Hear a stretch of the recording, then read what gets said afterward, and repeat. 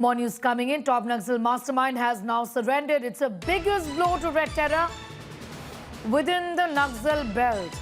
Political brain of Naxals gives up arms. Bhupati surrender, crushing blow to Naxal. Top gun surrenders. Fadnavis is present when this happened. 60 armed Naxal surrender in Maharashtra. I'm going to go straight across to Vidya for more details on that big story.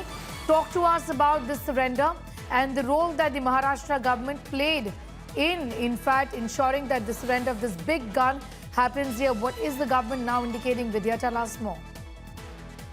Well, certainly, we have seen how the Union Home Ministry has been saying that they are trying to ensure that the urban Naxals, especially that Devendra Fadnavis, the Chief Minister of Maharashtra himself, has also been talking about it, as to how the Naxals and the urban Naxals have been creating a havoc, and that's one of the reasons why the government here has been trying to take steps to ensure that Naxalism in itself comes to an end. That's in one of the biggest blow that will be seen, because remember in 2010 there was a huge attack in Dantewada.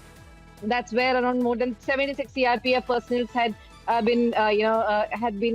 suffered a setback, and that's where Venugopal was one of those Naxals who had masterminded that entire plan, and he is the one who is surrendering now with about 70 Naxals. It is said that he was carrying a booty of about crores of rupees on his head, and now he is finally surrendering. So it certainly is a huge game up for the Maharashtra government as well as the forces who have been fighting the Naxals in the last many years.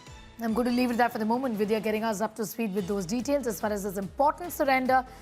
Maoist commander Bhupati along with 60 cadre laying down the arms is concerned. Their details are from the state of Maharashtra.